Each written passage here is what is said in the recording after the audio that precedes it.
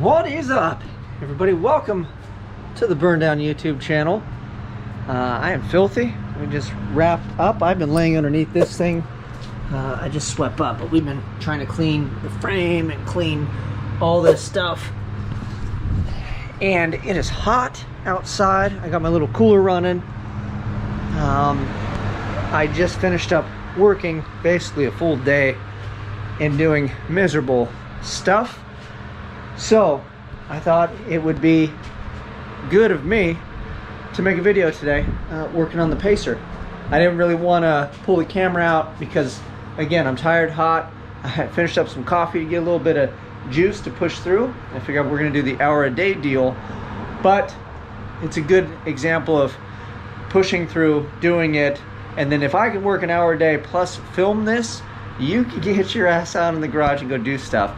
Granted, some of you though, like I got some boys and stuff over in like Arizona, you guys are all nuts because it is way too hot over there. Like I would just probably call it a day and go jump in the blow-up pool. But we're pushing through. We got to get this pacer rock and roll ready. Everybody seemed to kind of embrace this guy. So let's go take a look at it real quick. I'm trying to stand here sucking up all the air, but we will move on over to the heat. So my son and I pulled it out, kind of cleaned it up. We still got the loaner wheel and tire on there. He was trying to drive it out and stuff. It's a lot of fun, and I want to bring him along on the journey. He's actually in the house hiding right now, but today's stuff really technically doesn't concern him all that much. And what we're going to work on is the steering column. So little WD-40 will go a long way with that. Woo! Let me open the other door. It's a bit spicy nacho up in here. Get a little airflow going. Well, here's a better angle. So what we were working on was this basically got beat up, right? And you could grab it and turn it so it would unlock this dude. And I think where I got it from, they didn't have keys, so they beat it up so they could do that and move it around.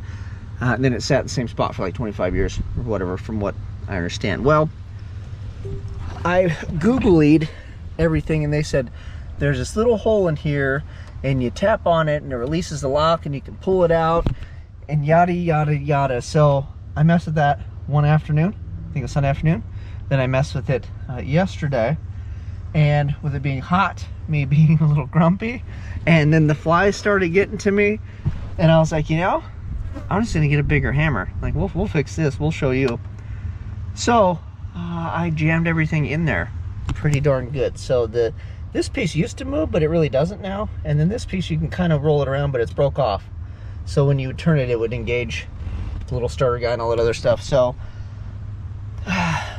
lesson is for the day is if you get frustrated and you want to get the bigger hammer, don't just put the tools down and save yourself a headache. So what we're doing today, we're gonna pull the steering column out. And at first I was like, oh, screw it, we'll just put a different one in, but there's really no reason to. This one bolts in, everything works fine. If we can fix the key, cool. If not, at least I can just get this junk out of here. But like all this stuff works, and it bolts into the pacer. So there's really no reason to reinvent the wheel and add expense and everything else to it. And this is made for this car. So let's get on to pulling the steering column out, and then we'll put it on the bench. And then hopefully, like I had these out, but it didn't really come apart. So I want to pull this whole thing out and see if we can just take it apart and get to that a little more easily. And then even if we screw stuff up, I don't really need this.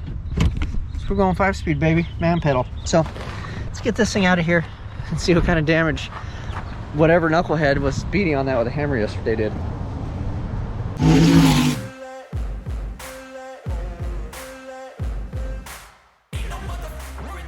Coming in hot. Coming in hot. Woo! Alright, boys. There she is.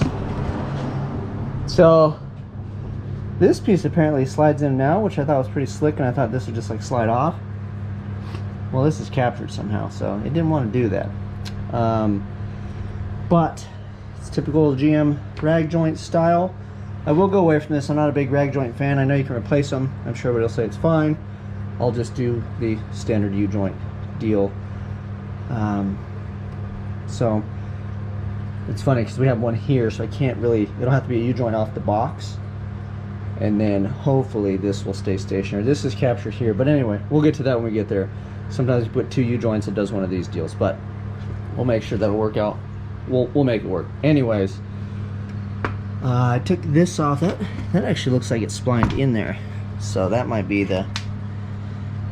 Yeah, so I wasn't sure if I could just take it off here, and it wanted to fight me, so these bolts are easier to take out. So technically I could have spread this and then just pulled just the column portion out, but I digress. So now that we are here,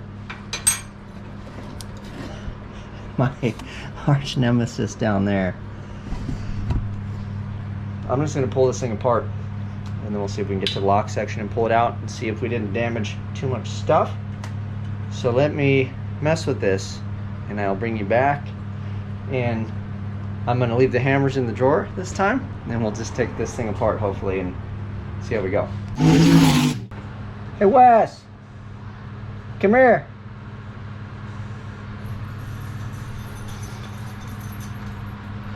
Come here, I want to show you something.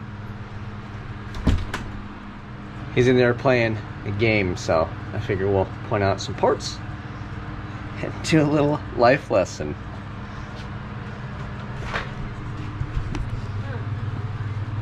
Come here, I want to show you something. Go look inside your car. See if you can tell what's missing. You open the door.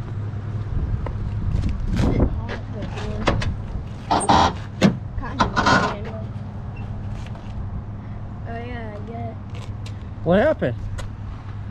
The whole thing that holds the wheel in is gone. It's gone? Mm-hmm. What happened to it? You took it out. So that's called a steering column. So we have it over here on the bench. Remember how it was broken? Mm-hmm. Alright, let's go check it out. So there it is. So this is the steering column. This is where the steering wheel goes. So you know that part, right? And then what, do you know what part this is? That's the gear. The gear select, good job. And then this goes down to this piece. So this connects to the steering box or the steering rack. So when you turn the steering wheel, this piece actually moves. And here's today's life lesson. So see this part in here? Look in there. Does it look broken? Mm-hmm. So sometimes a bigger hammer doesn't always fix stuff. Got it? So sometimes you just want to fix it and not smash it like a caveman. Do you know who smashed that like a caveman? Okay, I'll smash it like a caveman. Who smashed that like a caveman? You. Alright, so we're going to take this apart and see if we can get all that stuff out. And then we'll get a new lock for it. And then we'll put it and make sure it works before we put it back in the car. Dude, you know what else? Barely worked. You know what else is exciting? Huh. We're not going to need this piece. So this is for an automatic transmission. We're going to put a stick shift in it, like a NASCAR, like a real race car. Is that cool? Mm-hmm. So we can take this little pin out, and then this will stay there, but this piece will be gone. Cool? That's later. All right. Okay, let me just smash this. What? No smashing. I just told you a bigger hammer does. Go get a hammer. A bigger hammer doesn't fix stuff. Get a hammer that's the size of your head.